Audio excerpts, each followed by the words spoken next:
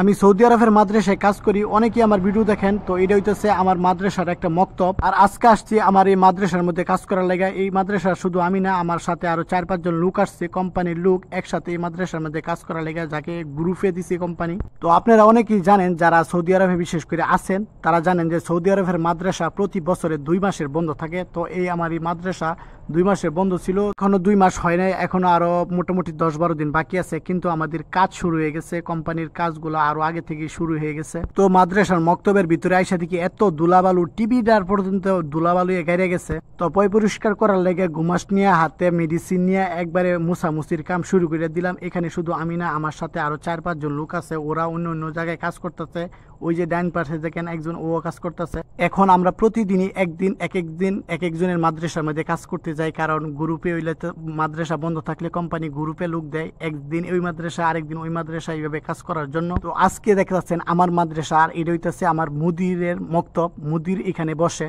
এই মক্তবটারে খুব ভালো করে পরিষ্কার করতে হইব, কারণ যদি আইসা একটু ধুলাবালু পায় তাইলে কিন্তু অনেক যাই ঝামেলা হইব। সৌদিরা ভালো খারাপের শেষ নাই, যদি একটু ময়লা পায় তাইলে আবার কোম্পানির কাছে বিচার দিব। তো ওই যে দেখেন আমার এক বড় ভাই, উনি আসছে, উনি বিশেষ করে ছবি তোলে, কারণ এই সৌদি আরবের মাদ্রাসায় যারা কাজ করে তারা জানে মাদ্রাসায় কাজ যেমন তেমন ছবি তুলতে হইব, ছবি তুইলা ফোরম্যানের কাছে পাঠাইতে হইব কি কাজ করছি।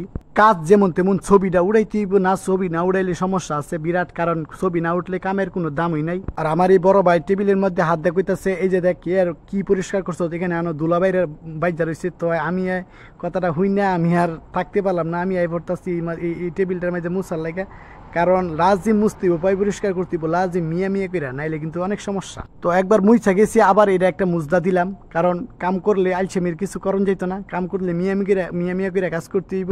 2 মাস মাদ্রাসা বন্ধ থাকার কারণে মোটামুটি 10-15 দিন, আমরা 15 দিনের উপরে, 1 মাস 15 দিনের উপরে আমরা রুমের মধ্যে বসা আছিলাম, কাজ কাম কিছুই করি নাই, শরীরটা একবারে বইসা গেছে। এখন কাম করতে আইসি খালি কাইল লাগে, খালি পানি লাগে, পানি খাইতাম মন চায়, কিন্তু মাদ্রাসার ভিতরে কোনো পানি নাই, কারণ হইতেছে 2 মাসের বন্ধ। এর আগে যত পানি পুনি খেজুর মেজুর যা ছিল, খাবার টাবার সব কিছু হয়তোবা কেউ নিয়ে গেছে বা মানে নষ্ট হয়ে গেছে, এগুলা আর খাওয়ার যোগ্য নাই। তো আমরা কাজ করতেছি, আর আমার এই ভাইটা দেখেন খালি ছবি তুলে, বুঝছেন নি, আমরা কিছু কয়টয় না, যেভাবে পারে এইভাবে ছবি তুলতেছে। তো আমাদের কাম শেষ, এই যে দেখেন আরেকজন লাড়ি লই আয়া পড়ছে, এটা ঝাড়ু দেওয়ার লাগে, কারণ এখন এই রুম থেকে বাইরে আমরা অন্য মক্তবে চলে যাবো। তো ওই যে এর কাজটা হইতেছে শুধু ঝাড়ু দিয়া পরিষ্কার করা, আর আমাদের কাজ হইতেছে 2 জনের।